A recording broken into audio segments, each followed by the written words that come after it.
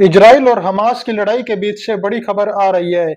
Israel ने Hamas chief Ismail हानिया को ढेर कर दिया है। हानिया को मारने के लिए इजराइल ने ईरान की राजधानी तेहरान को चुना और सुबह सुबह ही हानिया को मार गिराया।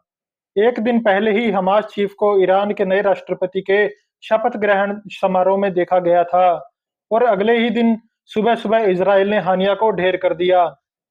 हानिया के खात्मे को इजराइल की बड़ी जीत के तौर पर देखा जा रहा है। हालांकि अब तक इजराइल ने खुले तौर पर हमले को अंजाम देने की बात नहीं कबूली है, लेकिन इजराइल में हानिया की मौत के बाद अब आम लोगों के साथ-साथ मंत्रियों ने भी जश्न मनाना शुरू कर दिया है। इजराइल के धरोहर मंत्री अमिचाई एलियाहू वह पहले शख्स हैं जिन्होंने आधिकारिक तौर पर हानिया की मौत को लेकर अपनी प्रतिक्रिया दी है। नेतन्याहू ने नेताओं को भी दिए ये निर्देश। अमिचाई एलियाहू ने कहा, दुनिया से इस गंदगी को साफ करने का यही सही तरीका है। एलियाहू का बयान ऐसे समय में आया है जब इजराइल की स्थानीय मीडिया रिपोर्ट्स में दावा किया जा रहा है कि प्रधानमंत्री बेंजामिन नेतन्याहू ने हानिया की हत्या पर कुछ भी बोलने से मंत्रियों को मना किया है। बता दें कि हमास चीफ इस्माइल हानिया मंगलवार यानी 30 जुलाई को ईरान के नए राष्ट्रपति मसूद पेजेश्कियान के शपथ ग्रहण समारोह में शामिल हुआ। इस दौरान हानिया ने ईरान के सर्वोच्च नेता अयातुल्ला अली खेमई से भी मुलाकात की थी। इसके अगले ही दिन बुधवार को सुबह-सुबह इजराइल ने उस घर को ही उड़ा दिया, जिसमें इस्माइल हानिया ठहरा हुआ था। ईरान के इस्लामिक रिवॉल्यूशनरी गार्ड्स कॉर्प्स ने बयान जारी कर कहा कि हमला तेहरान में हानिया के ठिकाने को निशाना बनाया गया। इसमें हमास चीफ के साथ-साथ उसका एक बॉडीगार्ड भी मारा गया। कतर में रहता था इस्माइल हानिया।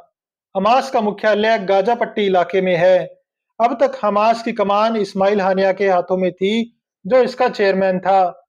उसने 2017 से खालिद मिशाल के उत्तराधिकारी के तौर पर यह काम संभाला था।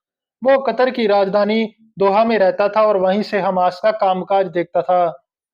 दरअसल मिस्र ने उसके गाजा आने जाने पर रोक लगा रखी थी। अब रूस ने हानिया की हत्या को पॉलिटिकल मर्डर बताया है। इस्माइल हानिया की मौत पर कई देशों ने प्रतिक्रिया दी है। रूस ने इसे राजनीतिक हत्या करार देते हुए कहा कि इसे बिल्कुल भी स्वीकार नहीं किया जाएगा। रूसी डिप्टी फॉरेन मिनिस्टर ने कहा कि यह मिडल ईस्ट में एक संघर्ष तेज कर सकता है। तुर्की ने इस घटना को जघन्य अपराध करार दिया है। तुर्की के विदेश मंत्रालय ने कहा कि हानिया की मौत बताती है कि इजराइल की नेतन्याहू सरकार शांति कायम करना बिल्कुल भी नहीं चाहती।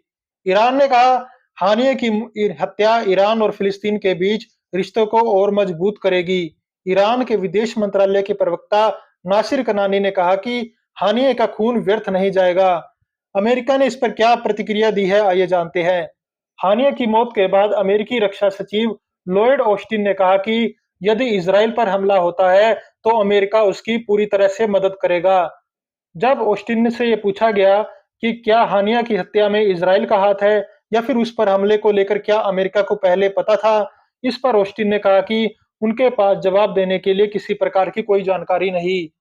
ईरान में खामेनेई के घर पर इमरजेंसी बैठक हुई शुरू, क्या पलटवार हो सकता है? न्यूयॉर्क टाइम्स के मुताबिक ईरान सुप्रीम लीडर खामेनेई के घर पर सिक्योरिटी काउंसिल की इमरजेंसी बैठक हो रही है। इसी बैठक में बहुत गंभीर परिस्थितियों में होती है।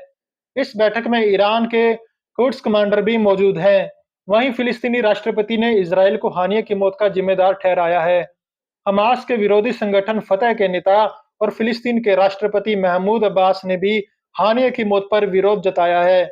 उन्होंने इजराइल को हानिया की मौत का जिम्मेदार ठहराया। चीन ने 8 दिन पहले ही फतह और हमास के बीच दोस्ती कराई थी। वहीं दोनों संगठनों ने जंग के बाद एक साथ फिलिस्तीन को चलाने का फैसला किया था।